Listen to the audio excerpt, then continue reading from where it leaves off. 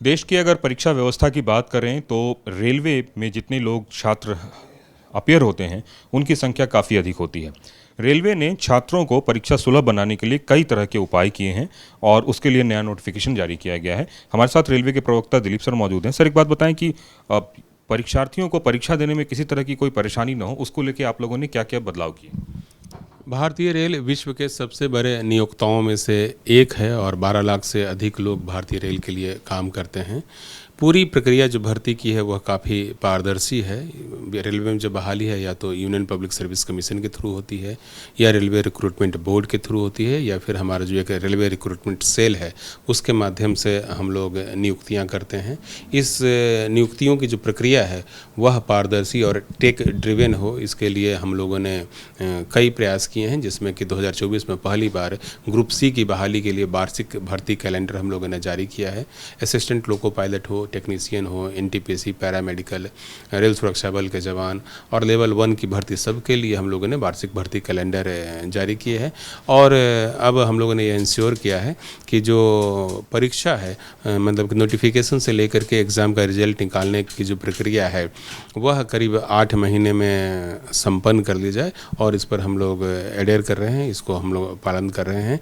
इसके अलावा परीक्षार्थियों की सुविधा को ध्यान में रखते हुए रेलवे ने यह फैसला लिया है कि सामान्यतः परीक्षार्थियों का जो परीक्षा केंद्र आवंटित किया जाएगा वह 250 किलोमीटर के दायरे में आयोजित किया जाएगा और यदि सेंटर पर जगह नहीं मिला तब भी 500 किलोमीटर के दायरे में असाधारण परिस्थितियों में परीक्षा केंद्र आवंटित किया जाएगा। इसके अलावा जितने भी परीक्षा केंद्र होंगे वहाँ पर 100% जैमर लगाया जाएगा ताकि किसी प्रकार का जो इलेक्ट्रॉनिक गज़ट है वह यूज़ न किया जा सके और परीक्षा में किसी प्रकार के नकल या धोखाधड़ी को समाप्त किया जा सके। जो परीक्षार्थी होंगे उन सब का जो चेहरे का मिलान हम लोग ने आर्टिफिशियल इंटेलिजेंस बेस्ड सिस्टम से रियल टाइम फेस मैचिंग द्वारा कराने का फैसला लिया है और इसके अलावा KYC के माध्यम से भी चेहरे का सत्यापन का फैसला लिया गया है। रेलवे में जो भर्ती की प्रक्रिया है उसको हम लोगों ने काफ़ी, जो कि रेलवे रिक्रूटमेंट बोर्ड की जो साइट है उसको काफ़ी यूज़र फ्रेंडली बनाया है। वहाँ पर 1 टाइम रजिस्ट्रेशन की सुविधा प्रदान की गई है और जो दिव्यांगजन हैं, जो कि सुन नहीं सकते हैं, देख नहीं सकते हैं, उनके लिए भी अलग से फीचर्स उसमें उपलब्ध कराए गए हैं। ऑडियो सिस्टम भी है जिसमें कि पूरी प्रक्रिया को समझाया गया है। इसी तरह से सभी परीक्षा केंद्रों पर हाई कैपेसिटी के सर्वर लगाए गए हैं और परीक्षा सुचारू रूप से चलता रहे इस बात को सुनिश्चित किया गया है।